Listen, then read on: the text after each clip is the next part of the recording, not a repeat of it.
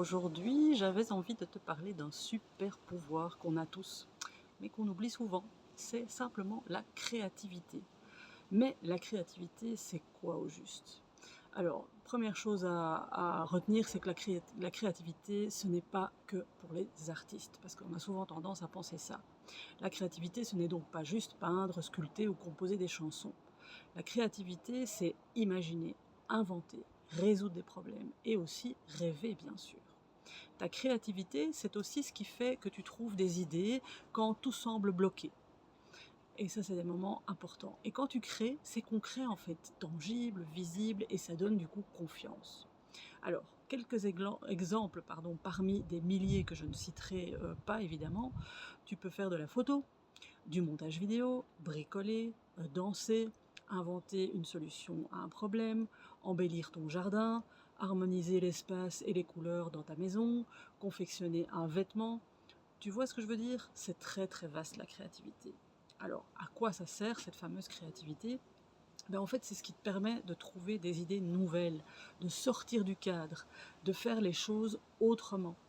Elle sert en fait à résoudre aussi des problèmes, inventer, exprimer qui tu es et te démarquer des autres. Cela fait justement aussi partie de ton unicité dont je te parlais dans une des premières capsules que j'ai réalisées. Je pense que c'était tu es unique, spécial. Alors dans la vie, les études, les projets ou même les réseaux, être créatif te donne vraiment une longueur d'avance. Et bonne nouvelle, la créativité, ça se travaille.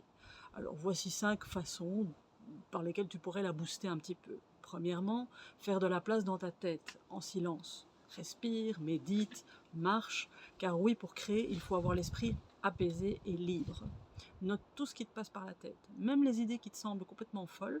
Et autre chose essentielle, très importante, autorise-toi à rater, entre guillemets, car tu sais quoi, la créativité, elle naît souvent du chaos.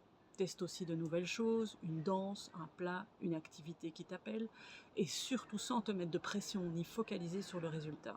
Et puis enfin, pour créer, il est nécessaire de te reconnecter à ton enfant intérieur. Alors joue, imagine, explore et surtout amuse-toi. Je te parlerai d'ailleurs bientôt de cet enfant intérieur, tiens.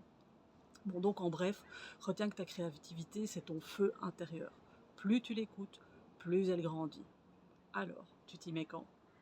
Alors, si ça t'a inspiré, partage à quelqu'un qui a besoin peut-être de raviver sa flamme créative, de liker, de partager, de parler de moi si ça te fait plaisir. Je te remercie et je te souhaite une très belle journée créative.